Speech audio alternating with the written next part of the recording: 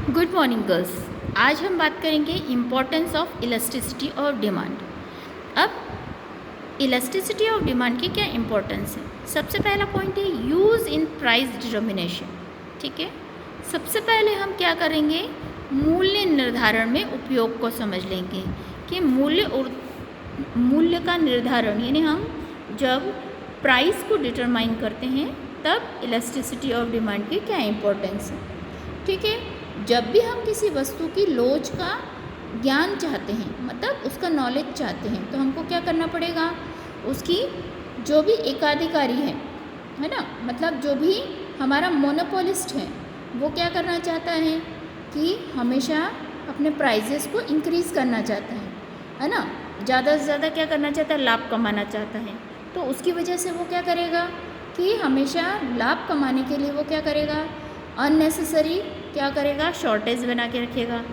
तो उसकी वजह से क्या होगा, मूल्य निर्धारण में भी ये उपयोग आती है इलास्टिसिटी ऑफ डिमांड, जिससे क्या है वो ज़्यादा पैसा बहुत ज़्यादा बता नहीं सके, है ना, बढ़ा ना सके।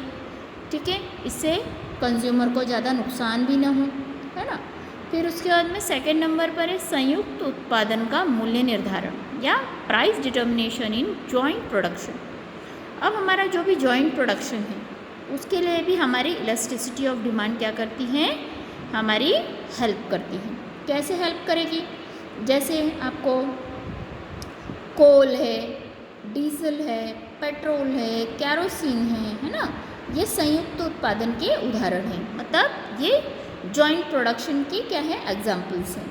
इसमें क्या है, मांग की लोच बहुत ही इम्पोर्टेंस रखती है। कैसे, जो भी वस्तु है उसकी मांग कम लोचदार होती है ना, मतलब लेस इलास्टिक होती है, तो उसमें क्या हो जाएगा कि उसमें कीमत वसूल की जा सकती है ना, अधिक।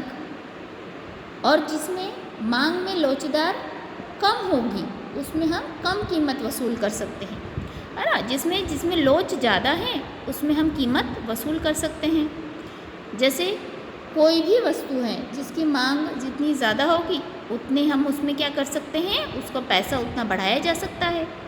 पर अगर उसकी मांग में लोच ही नहीं है, मतलब तो क्या होगा, उसकी कीमत को हम नहीं बढ़ा पा सकते हैं, तो उसमें हम मूल्य निर्धारण में ये काम नहीं करेगा।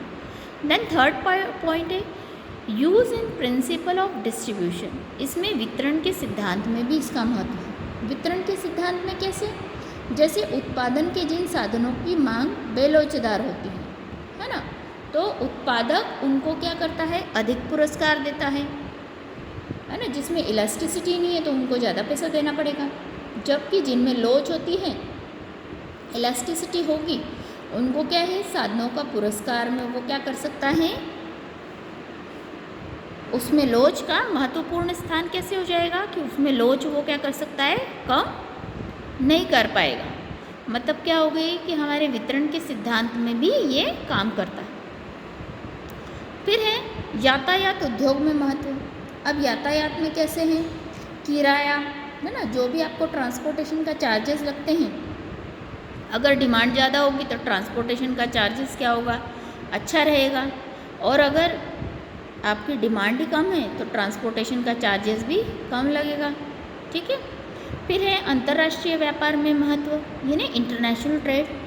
अब इंटरनेशनल ट्रेड में भी आपको ये देखने को मिलेगा कि इंटरनेशनल ट्रेड में भी जिस वस्तुओं की मांग ज़्यादा होगी उनकी लोच अच्छी होगी, है ना, उसमें क्या होगा, ज़्यादा फ़ायदा होगा।